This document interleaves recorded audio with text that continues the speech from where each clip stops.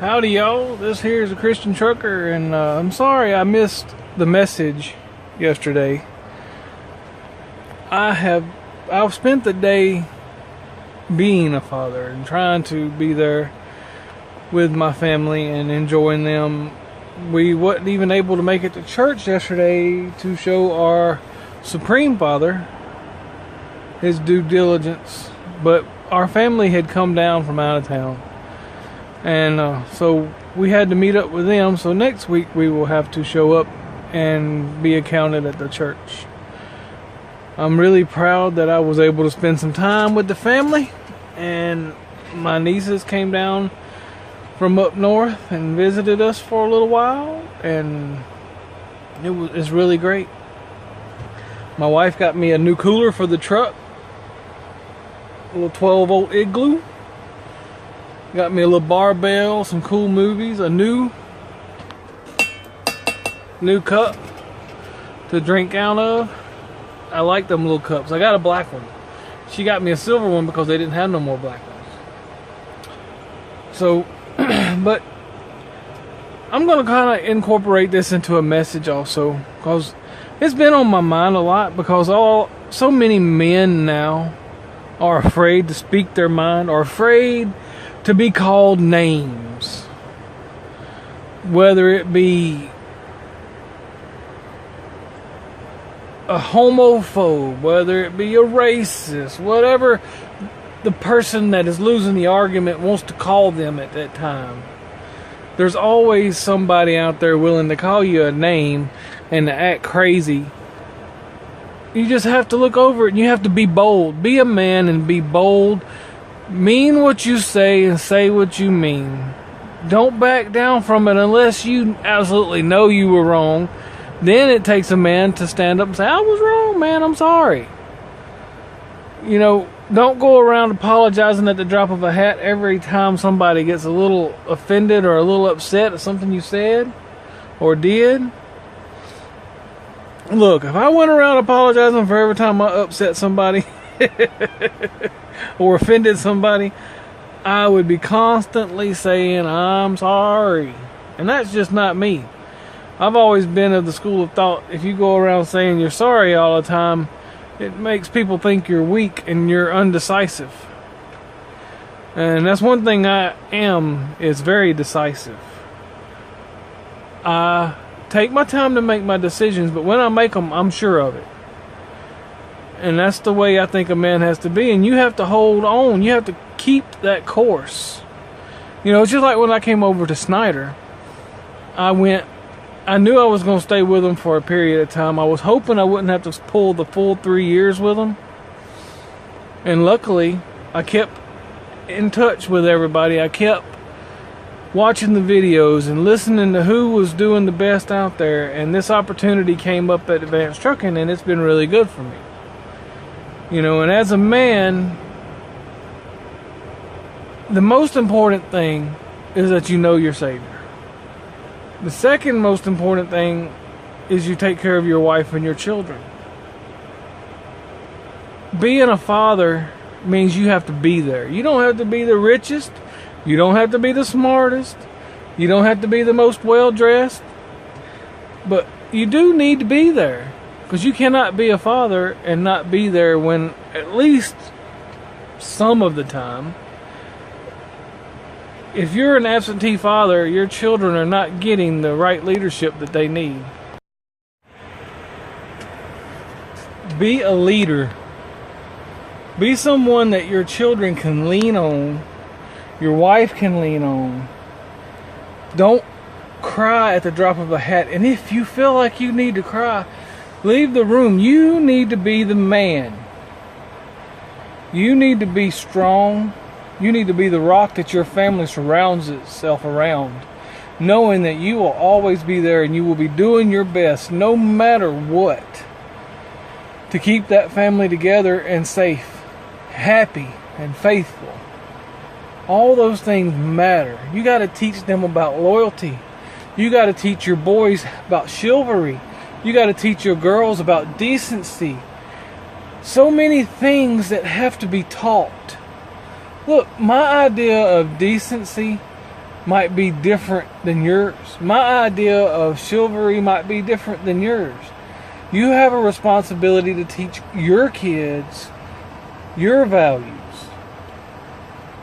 Stand firm on what you believe. Help them babies become prosperous citizens. Help them babies spend eternity in heaven. Don't let them burn in hell. Teach them right from wrong. It's very important. It's an honor, the job that you have as a father. As a husband, there's so much that we take on with our families. It amazes me every day that God has given me this honor to stand by my wife and my youngin'. He blessed me with them and my nieces. I don't get to see them all like I want to. But, life does put roadblocks in some relationships. Life is harsh at times, That's why it's important for you to be strong. To give them the stability that they deserve. Because when things go bad, you've got to be there to hold them up.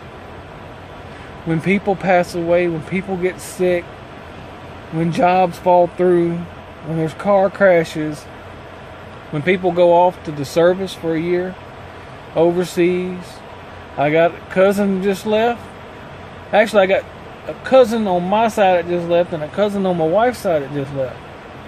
They're going to serve overseas. Bless their hearts. We'll be praying for them and be waiting for them when they get home.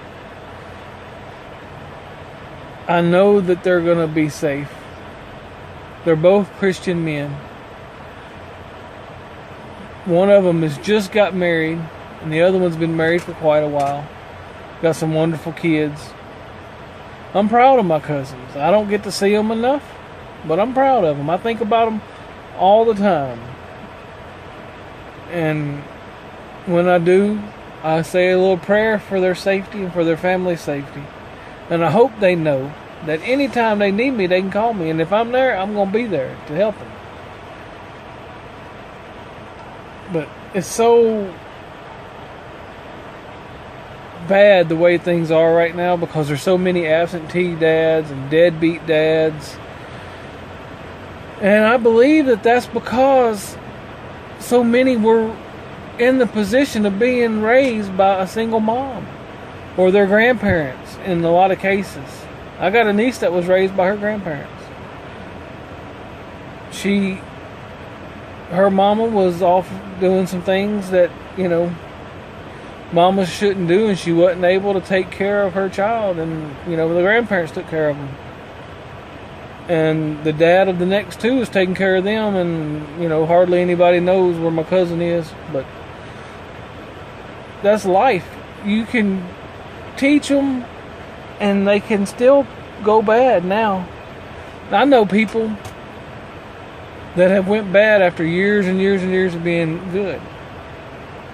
They were great younger men and women, and then as the years went on, they just kind of started turning a little sour. The devil got in their heads and started messing with them.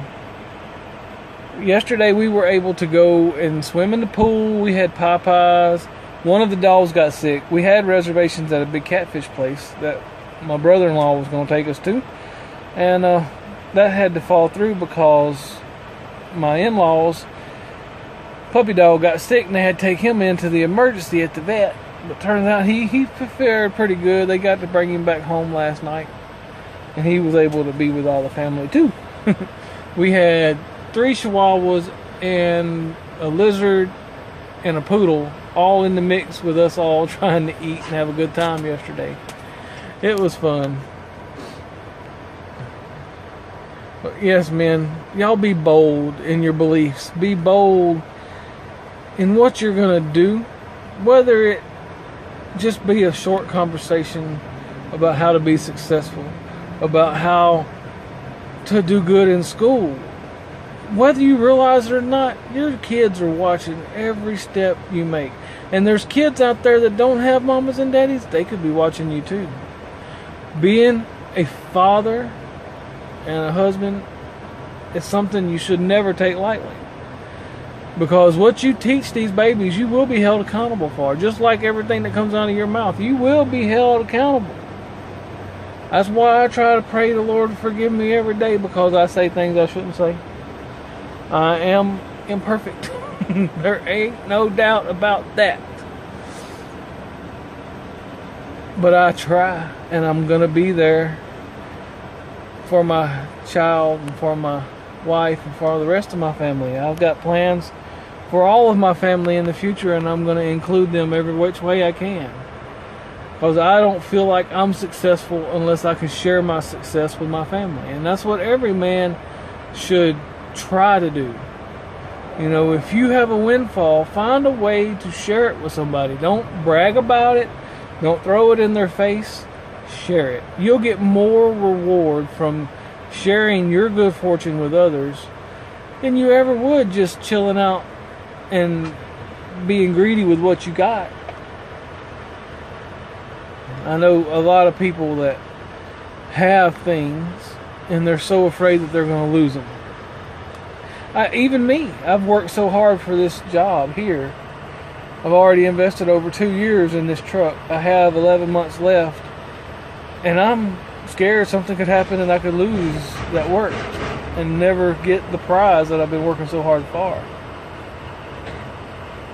Things could happen. I mean, people with the CSA scores and the DOT now can lose their license in the heartbeat, doing something they didn't really even think was wrong.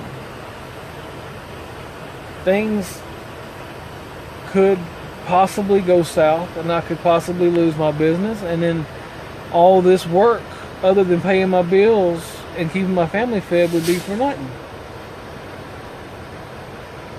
And you know, everybody has those thoughts, but some people take it to the extreme. I know people that have land that won't let you step a foot on there because they're scared to death somebody's going to sue them.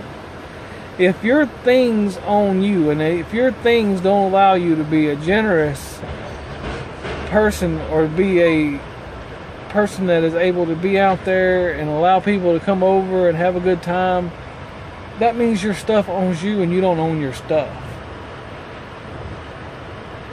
I don't want nobody stealing from me. I'd much rather them just ask if they can have it. You know, because if somebody steals from me, I'm not guaranteed what my actions would be. But if somebody was to come up to me and tell me they was on hard times and they needed something and they asked for it, chances are I'm going to help them out. That's just the way I am. And I hope a lot of y'all are too, because it makes the world a better place when we are giving and generous. There's another thing that you can teach your children: how to be giving and how to be generous, but how to also watch out for those that are going to be out there and they're going to take advantage of you and they're going to use you. Because not everybody that is you're trying to help needs help. There's a lot of people that are out there that can actually get out there and work and hustle, but they won't. They're just lazy and they think everything should be handed to them. And ladies and gentlemen, I don't cater to those type of people. I learned a long time ago, you don't give folks money. If they're hungry, you buy them food. If their power has been cut off, you go get their power turned on. But you don't pass around money, because some people just cannot handle it. They don't know how to manage their money for nothing. You give them $100 to turn on their power, and they'll forget to turn on their power, and they go buy some power balls and some scratch offs, some beer and some smokes. And their power will be off and their kids won't have no power. I've seen it with my own 2 eyeballs. I've seen it happen. So if somebody's in need, give them the need. Don't just pass them out some cash. Although cash does have its place sometimes. Final thoughts is, men, be bold in your beliefs. Raise your children up the way you were raised, or better than you were raised. God bless. I'll catch you on the next ride.